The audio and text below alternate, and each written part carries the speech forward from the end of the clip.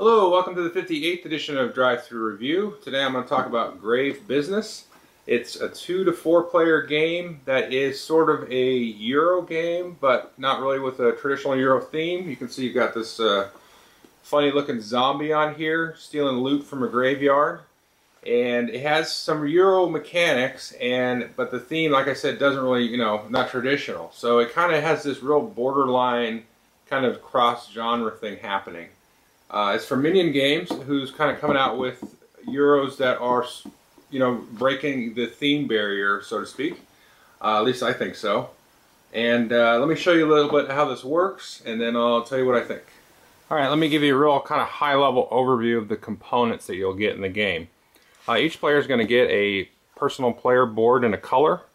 So there's the yellow sort of Egyptian guy, and then you see you've got your Frankenstein and your mad scientist, and then your sort of Jamaican voodoo lady. In addition, you will get a couple stacks for zombies here in your color, and then some worker tokens, let's call them those, as well. Then you get a start player marker, which is this candle, and then the main board of the game is this graveyard here, and this gets seeded every turn with random different tiles, and I'll explain what those tiles are in a second. And then here you've got a bunch of tiles to place on there. And you've got this sort of battle board, this mausoleum, that if you want to do any attacking, you'll put a zombie on here. Okay, so each player starts with this board here, and you can see there's a couple of areas on the board. You've got sort of an avatar depicting you, you've got a lab, and you've got a vault. And you've got these gravestones here, and these all represent a different named zombie in the game. Now, you don't start off with all of these zombies to start the game off. You've got to actually create some of them.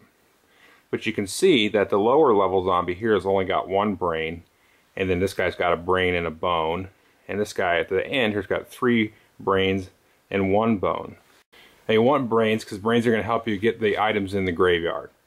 But to start off, you're going to put most of these over here off to the side on top of your avatar, and then you've got stacks for each of 3 starting zombies, and everybody starts off with the same skill level of zombie, but they're all just different names. So this is Khufu here, and what you do is you take and shuffle these up, and then you stick them on top of that stone, and then you start the game with this Khufu zombie. And then you've also got Ptolemy there, and Peta here, like so. So each player is going to start off with the same basic strength of zombies, and everybody has 3. And what you're going to do is you're going to take and put these face down on the board in the graveyard, and then try to acquire some of the items there. So let's take a look at that. So there's a few places you can put the zombies on the board here. You can either put them in one of these edges here, in where it says dig row. And basically this zombie is going to try to get influence and win this row of items here. So for example, if blue came here, he would win all of these, yellow would win all of these, but then there would be contention on this token where they joined up and intersected their influence.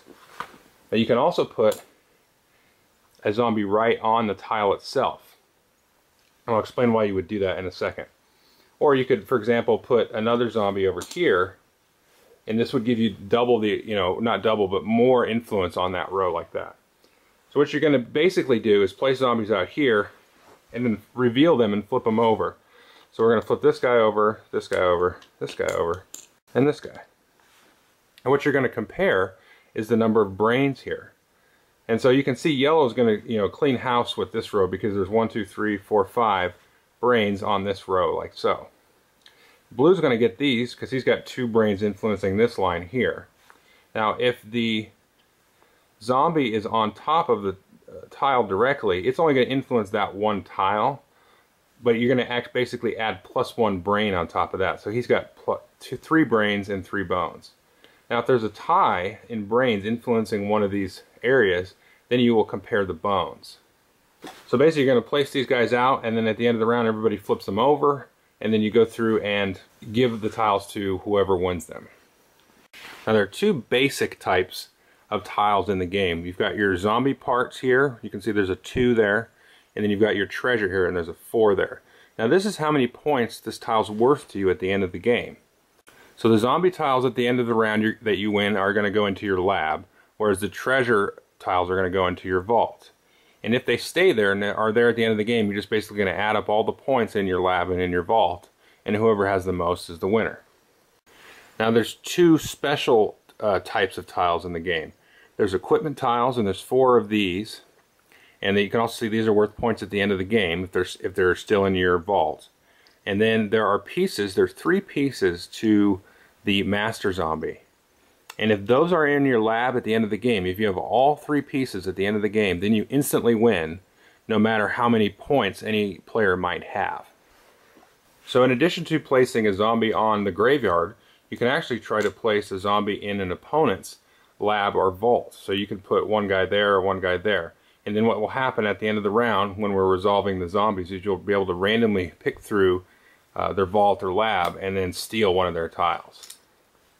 But that doesn't mean the yellow player in this case doesn't have something to say about that. Now this is where the attack board comes into play. So when you attack, you're not going to put your zombie face down. You're just going to put him face up. So in this case, I'm attacking with Peta. And what I'm going to do is I'm going to declare a target. So I can target anybody that is on one of my spaces here, or even on one of the graveyards on the board here. Maybe they're trying to take something that I really want. So what I'm going to do is attack with him and target that. So what you'll do is you'll flip over this zombie, and then you'll say, okay, this is Tatiana here. So since I attacked Tatiana, what I've got to do now as the blue player is take the top token on Tatiana's graveyard and flip that over. So I've taken a damage.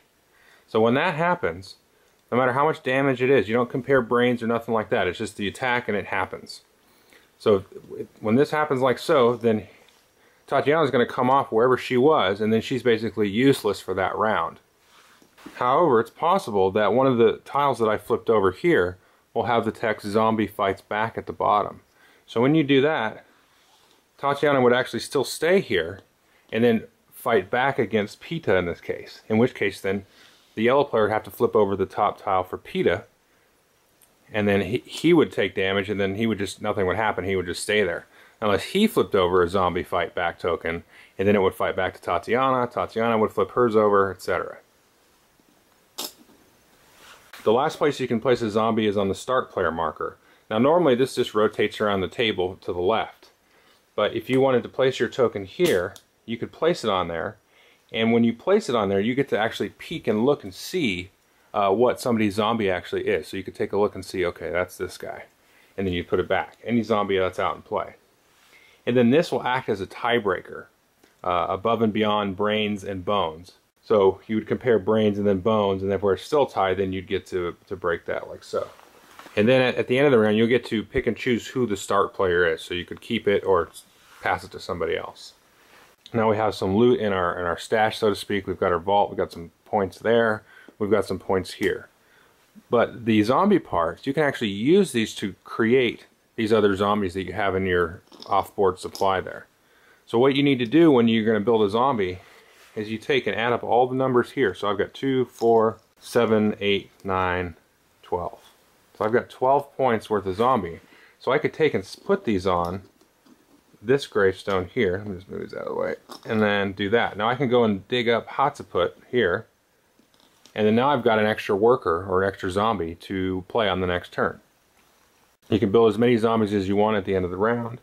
And this is kind of how you get your extra workers in a worker placement sense. But you're also losing points, from the end of the game. So now there's a way for your zombies to sort of die, or die again, I guess, and go back into your supply. If you've taken damage, let's say you flip this over, and then this over, and then this over, and you ever have more than half of the required number of points, then this zombie will go back into your general supply. You'll lose it, and then all of these will get discarded off to the side.